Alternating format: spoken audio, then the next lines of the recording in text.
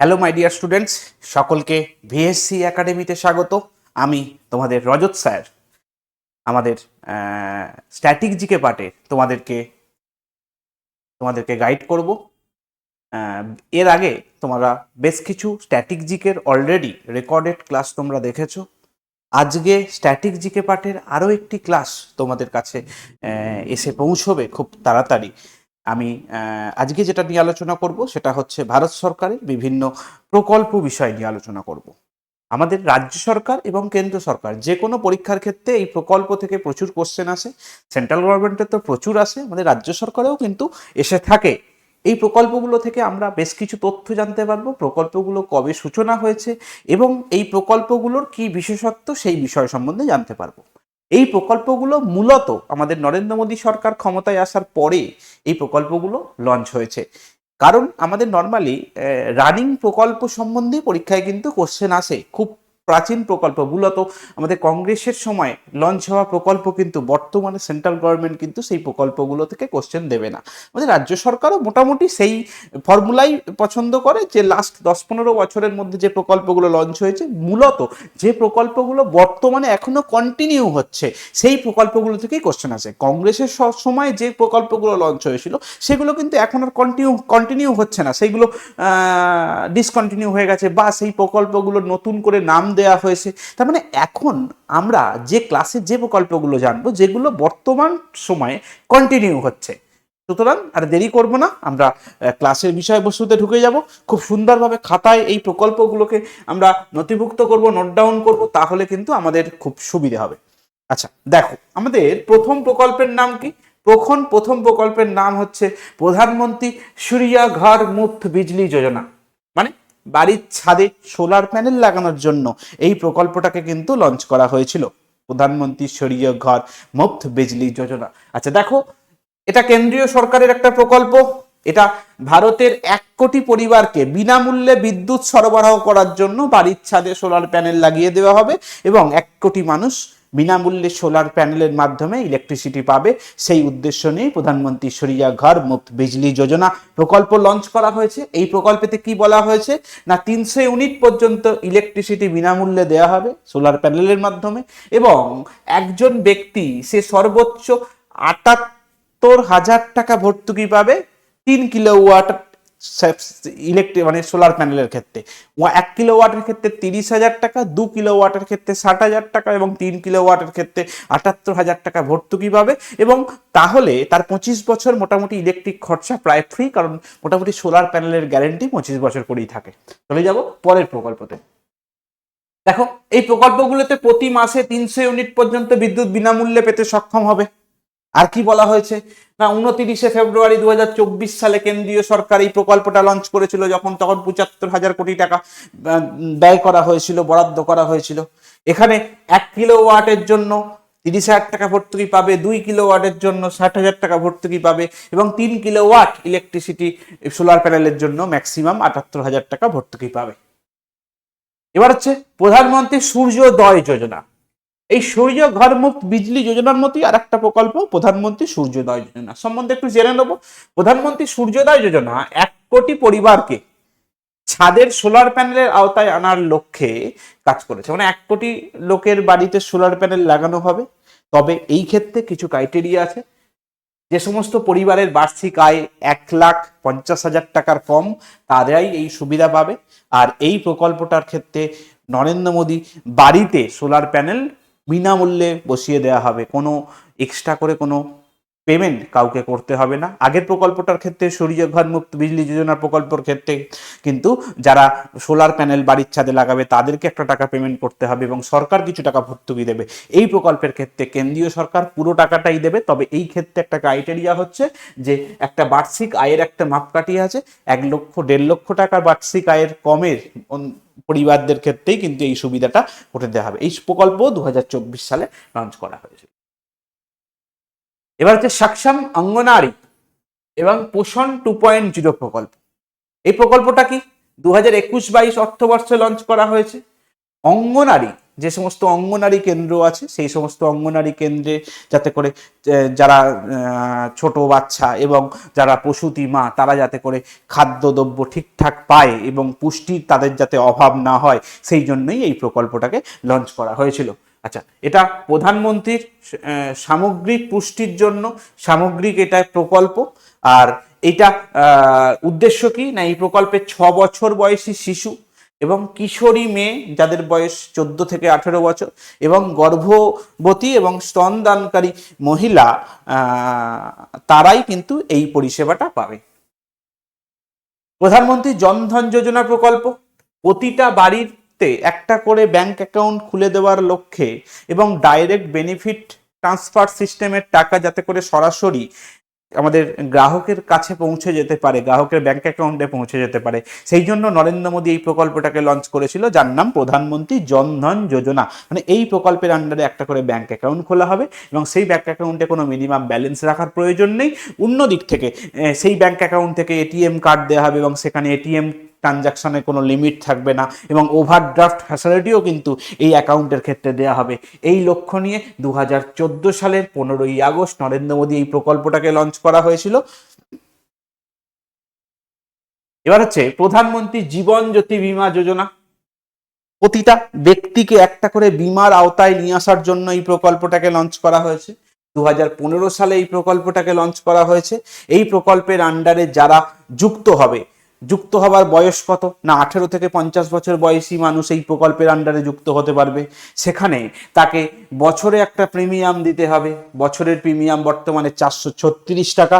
এই প্রিমিয়ামটা কেউ যদি বছরে দেয় তাহলে 2 লক্ষ টাকা যদি সে মারা যায়, 18 থেকে 50 বছরের মধ্যে কেউ যদি মারা যায় যে কোনো কারণে, সেটা রোগে মরতে পারে বা অ্যাক্সিডেন্টে মরতে পারে, যে কোনো কারণে যদি মারা যায় তাহলে তার বাড়ির লোক 2 লক্ষ টাকা কিন্তু পাবে। তার জন্য তাকে বছরে 438 টাকা করে দিতে হবে। আর এইখানে কিন্তু 18 থেকে 50 বছরের মানুষই কিন্তু যুক্ত হতে পারবে। 50 বছরের বেশি বয়স হয়ে গেলে তাহলে এই প্রকল্পের আওতা থেকে তুমি বেরিয়ে যাবে, তখন তোমার থেকে টাকাও কাটা হবে না এবং তোমাকে এই 2 লক্ষ টাকার সুবিধাও কিন্তু দেওয়া হবে না। আরো একটি বীমা প্রকল্প, সেটা সুরক্ষা বীমা প্রকল্প। আগের প্রকল্পের ক্ষেত্রে বলেছি যে যে কোনো কারণে যদি মারা যায় তাহলেই 2 লক্ষ টাকা পাবে, তাহলে তার বয়স সীমা 18 থেকে আমাদের 50 বছর। এখানে কিন্তু যে কোনো কারণে নয়, যদি অ্যাক্সিডেন্টে মারা যায় তবেই কিন্তু এই প্রকল্পের সুবিধাটা পাবে। আচ্ছা, অ্যাক্সিডেন্টে মারা গেলে এখানে বয়স কি বলেছে, এখানে 18 থেকে 70 বছর মানুষ এই বীমার সুবিধাটা পেতে পারে।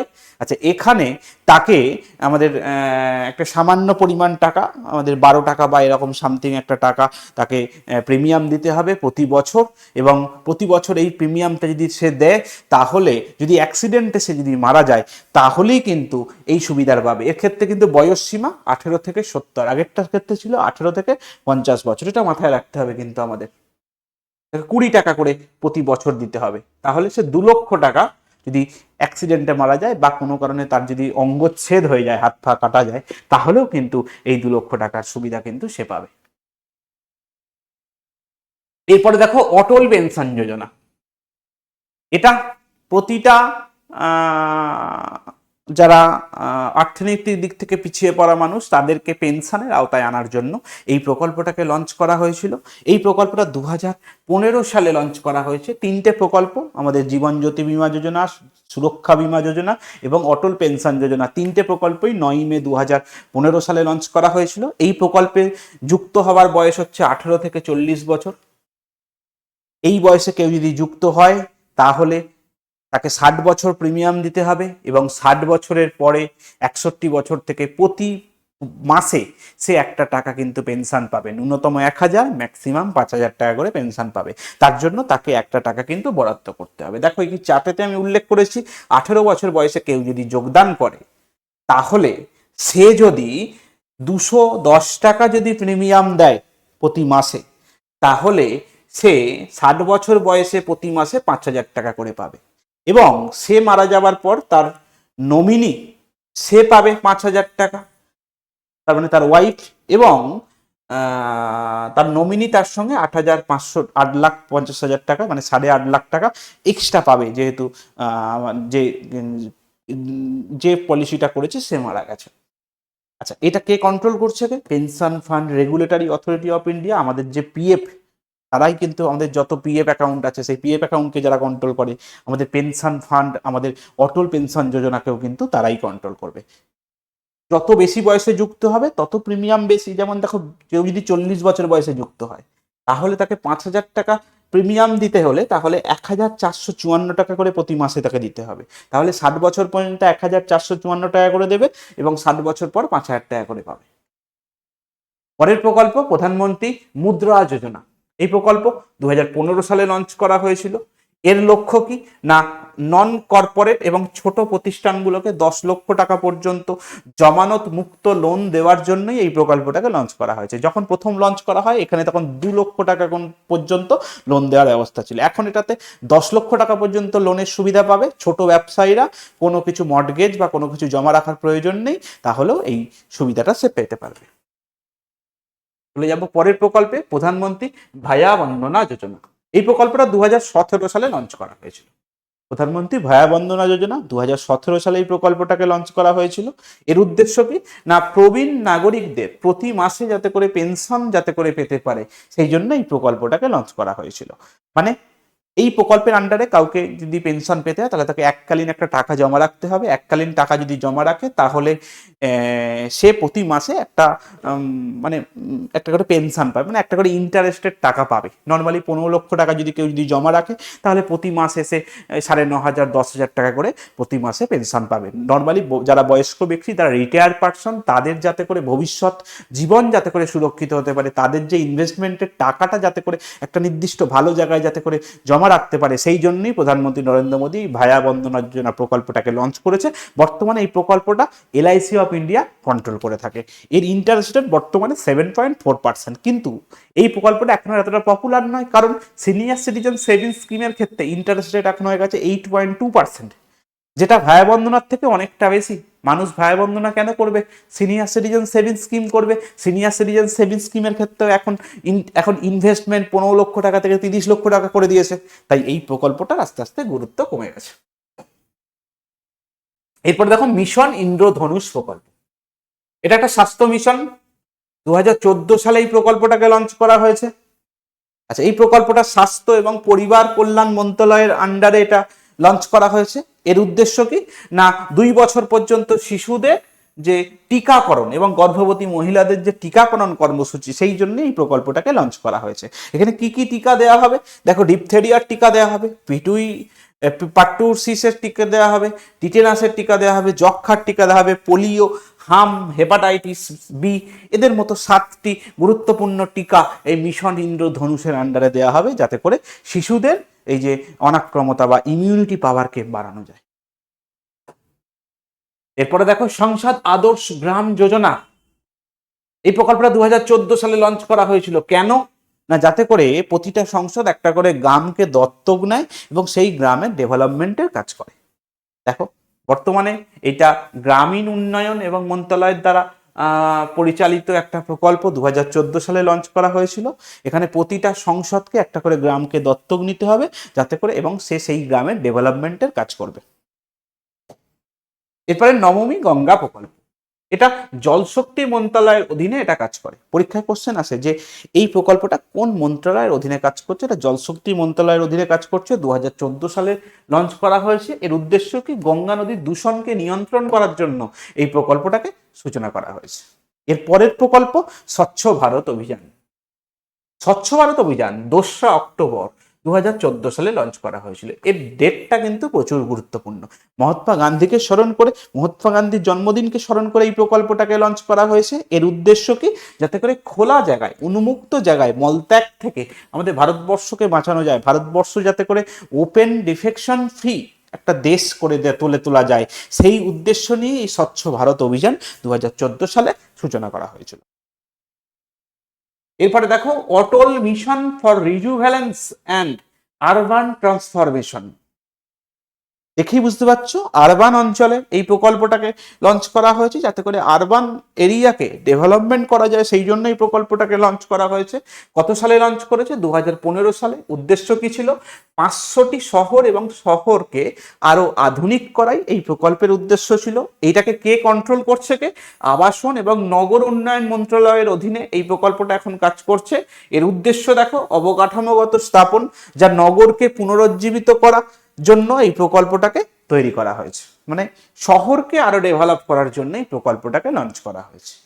এর পরের প্রকল্প দীনদয়াল উপাধ্যায় গ্রাম জ্যোতি বীমা যোজনা। এটা 2014 সালে এই প্রকল্পটাকে লঞ্চ করা হয়েছে। জ্যোতি মানে জ্যোৎস্না, মানে আলো, মানে বিদ্যুৎ, মানে বিদ্যুতের সঙ্গে জড়িত।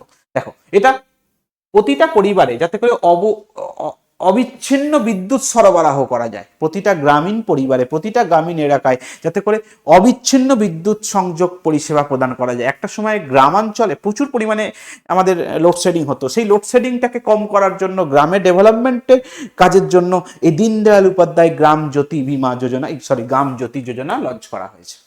এরপরে দেখো পিএম কৌশল বিকাশ যোজনা, পিএমভিওয়াইকে। এখানে এটা ন্যাশনাল স্কিল ডেভেলপমেন্ট কর্পোরেশন দ্বারা এটা বাস্তবায়িত হয়েছে।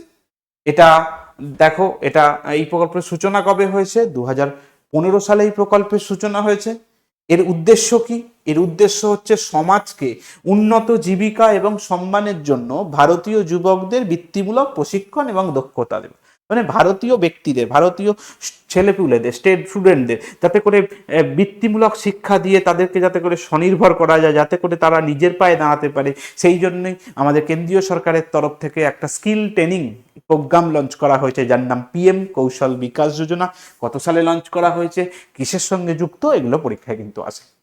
পরের প্রকল্প সুকন্যা সমৃদ্ধি যোজনা। সুকন্যা মহিলাদের জন্য লঞ্চ করা হয়েছে। এই প্রকল্পটা 2015 সালে লঞ্চ করা হয়েছিল। এটা বেটি বাঁচাও বেটি পড়াও কর্মসূচির একটা অংশ। এই প্রকল্পের আন্ডারে আমাদের একটি মেয়ে শিশুর শিক্ষা এবং বিয়ের খরচ মেটানোর জন্য এই প্রকল্পটাকে লঞ্চ করা হয়েছে। মানে এই প্রকল্পে, সুকন্যা সমৃদ্ধি যোজনা প্রকল্পে, কারোর যদি একটা কন্যা সন্তান থাকে এবং সেই কন্যা সন্তানের বয়স যদি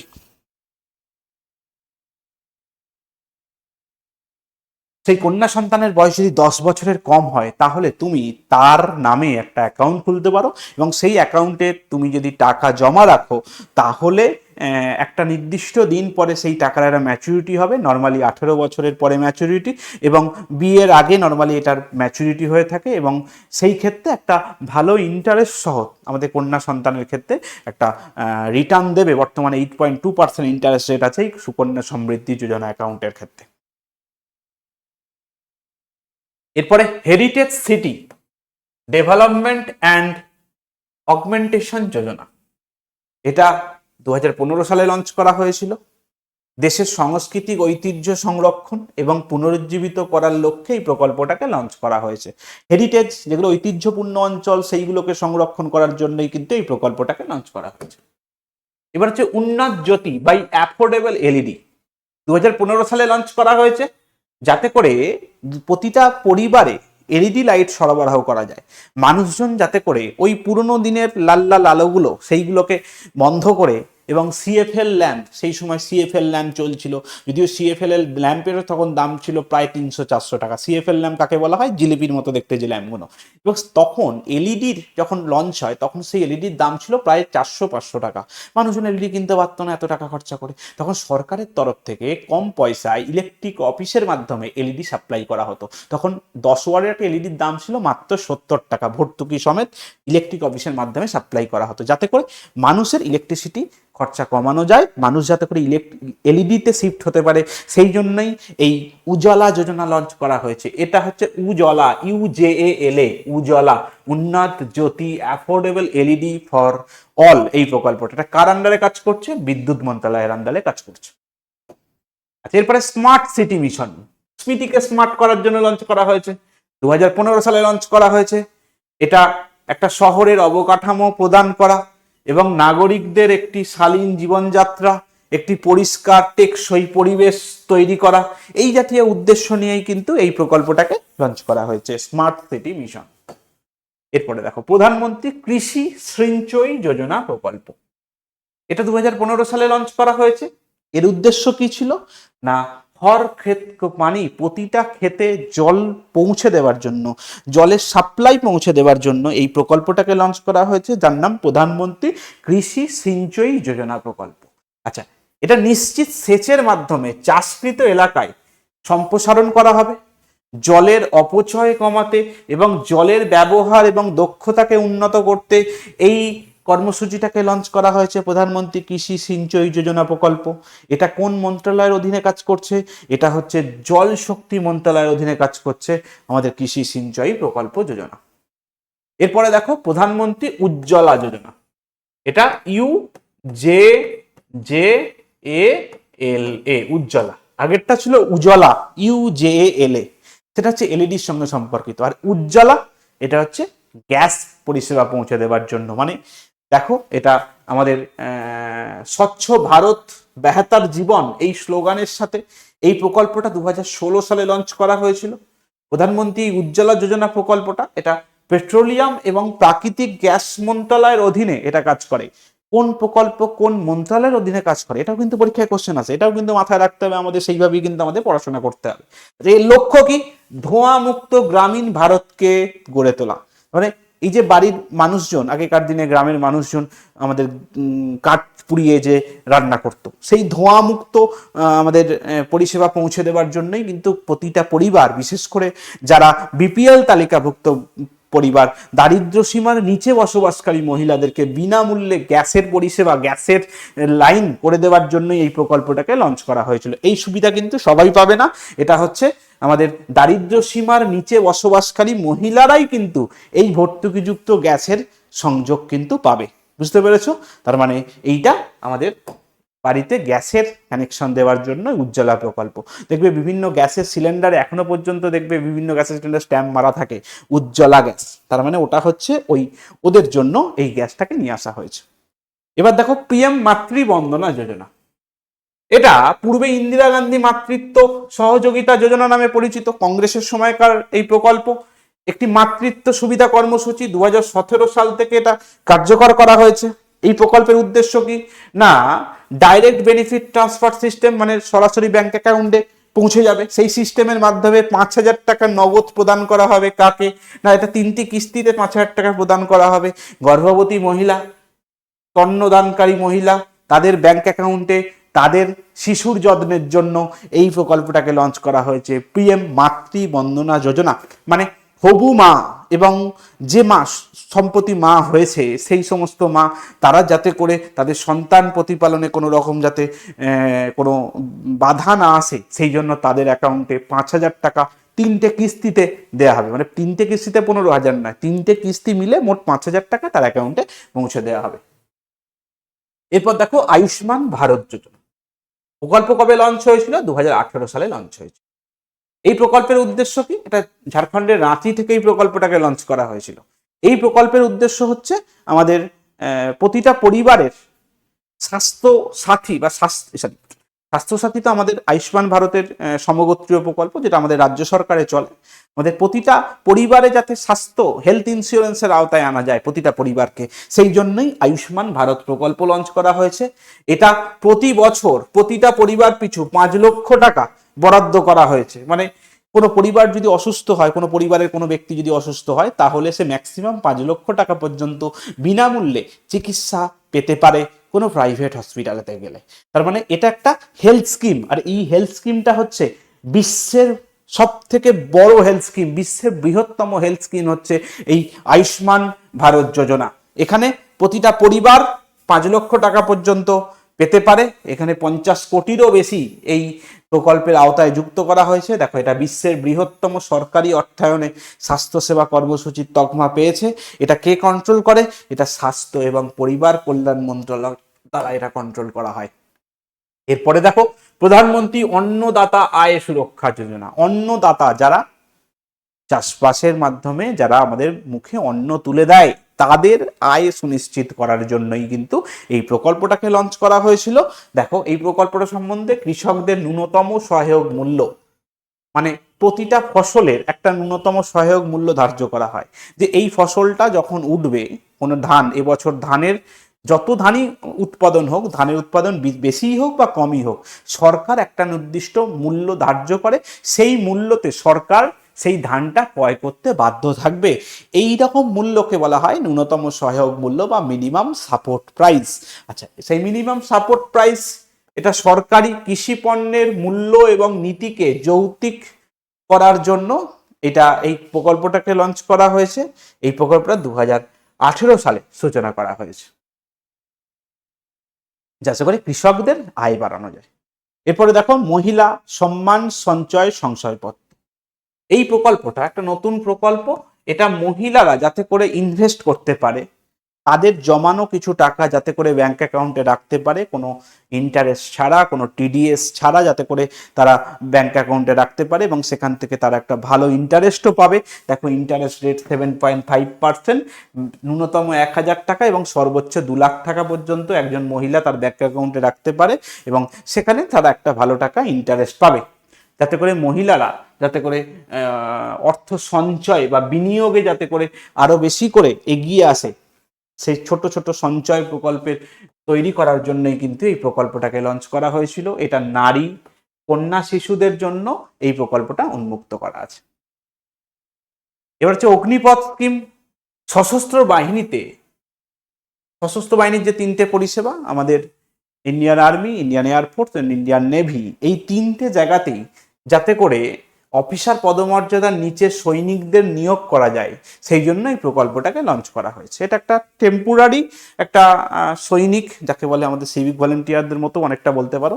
এর 4 বছর এর থাকবে, 4 বছরের জন্য এদেরকে নিয়োগ করা হবে, যাতে করে তারা আমাদের এই সেনাবাহিনী সম্বন্ধে যাতে করে তাদের মধ্যে একটা সচেতনতা তৈরি হয় এবং তাদের মধ্যে যাতে করে ইন্টারেস্ট পূর্ণ ছেলে জন্মগ্রহণ করে, যারা পরবর্তীকালে সেনাবাহিনীর পরীক্ষার মাধ্যমে খুব ইজিলি সেনাবাহিনী হতে পারে। মানে সেনাবাহিনীর প্রতি আকর্ষণ তৈরি করার জন্যই এই অগ্নিপথ স্কিমটাকে লঞ্চ করা হয়েছে 2022 সালে।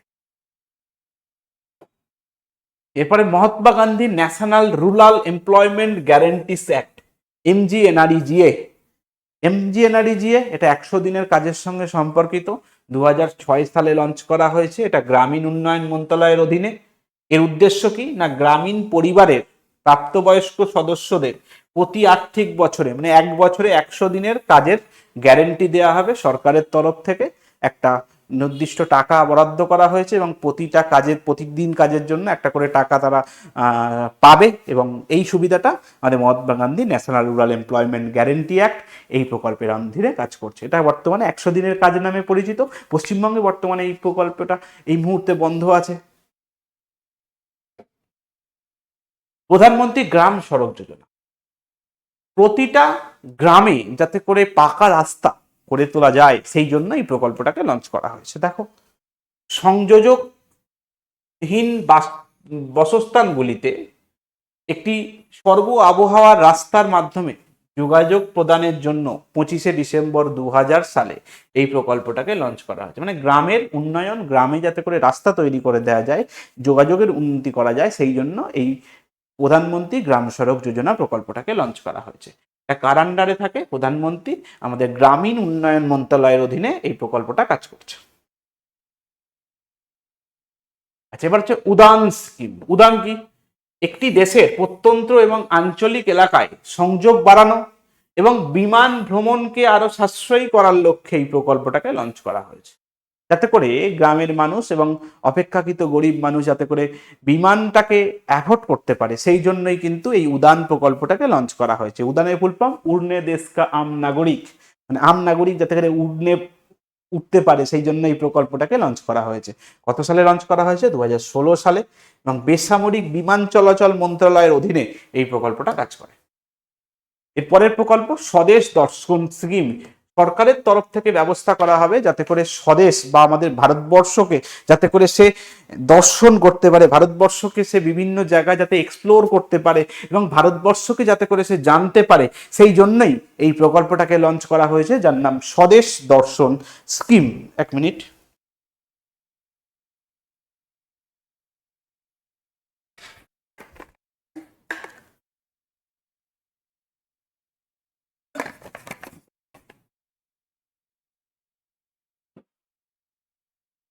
দেখো দেশের থিম ভিত্তিক ট্যুরিস্ট সার্কিট তৈরি করার জন্য, ট্যুরিস্ট সার্কিটগুলি একটি সমোন্নতি পদ্ধতির উচ্চ পর্যটন মূল্য গড়ে তোলার জন্য, পর্যটন ডেভেলপমেন্ট করার জন্য এই প্রকল্পটাকে তৈরি করা হয়েছে। এটা 2014-15 সালে এটা তৈরি করা হয়েছে। এটা কোন মন্ত্রণালয়ের অধীনে? এটা অবশ্যই পর্যটন মন্ত্রণালয়ের অধীনে এটা কাজ করছে। আচ্ছা, আজকের মতো এখানে আমরা ক্লাসটাকে শেষ করলাম। যদি ক্লাসে এই বিষয়ে কোনো জিজ্ঞাসা থাকে আমাকে অবশ্যই ক্লাসে বা আমাদের বিভিন্ন মাধ্যমে তোমরা আমাকে জিজ্ঞেস করতে পারো যে এই জায়গায় আমার কোনো অসুবিধা আছে। আরও যদি গুরুত্বপূর্ণ কিছু ইনফরমেশন, গুরুত্বপূর্ণ তথ্য আমরা অবশ্যই অনলাইন এবং অফলাইন ক্লাসের মাধ্যমে তোমাদেরকে দেব, এবং আশা করি ক্লাসটা তোমাদের ভালো লেগেছে। ক্লাসটা যদি ভালো লেগে থাকে অবশ্যই একটা লাইক করে রাখবে, যদিও আমাদের রেকর্ডিং ক্লাসে এই লাইকের ব্যবস্থা নেই। সকলকে গুড বাই, সকলে ভালো থেকো। আজকের মতো ক্লাস এখানে শেষ করলাম। পরের দিন আরও একটি নতুন টপিক নিয়ে তোমাদের কাছে আমি ফিরে আসবো। ওকে, গুড বাই।